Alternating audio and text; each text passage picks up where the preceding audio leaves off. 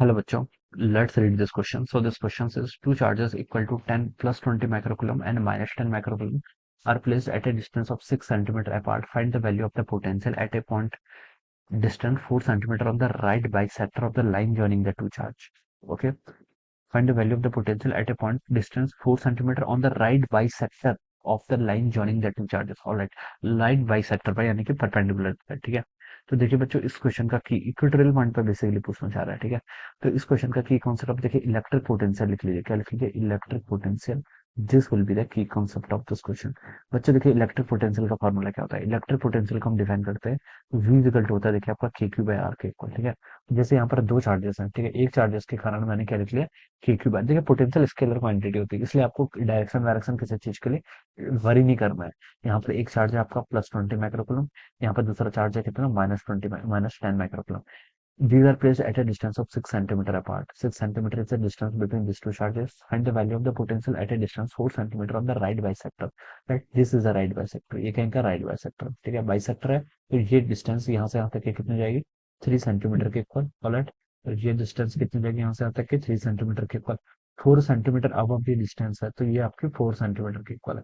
ये कोई पॉइंट है, मान लीजिए पी। इस पॉइंट पर आपको पोटेंशियल फाइंड आउट करके बताना है, ठीक है। तो भाई ये फॉर्मुला यूज कर लीजिए। आर देखिए, पहले आपको आर कैलकुलेट करना पड़ेगा, ठीक है।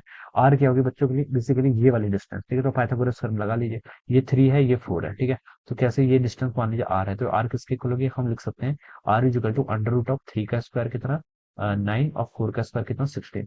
तो आपका 5 के इक्वल रहेगा, क्या? सेंटीमीटर में, ठीक है। तो ये आपकी 5 सेंटीमीटर।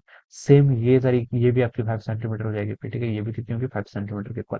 तो आपने वो पॉइंट की डिस्टेंस बता दी, चार्जेस पता है, तो बस पोटेंशियल के लिए फॉर्मूला अप्लाई कर लीजिए, ठीक है। नेट पोटेंशियल किसके इक्वल होगा? पहले 20 माइक्रोकूलम के कारण और -20 माइक्रो -10 दोनों को ऐड कर लीजिए। भाई ये फॉर्मूला यूज कर लीजिए। के तो कांस्टेंट है, आर भी कांस्टेंट ही है, ठीक है। के की वैल्यू कितनी होती है? 9 × 10⁹ डिवाइडेड बाय आर। आर भी कांस्टेंट है, कितना? 5 सेंटीमीटर।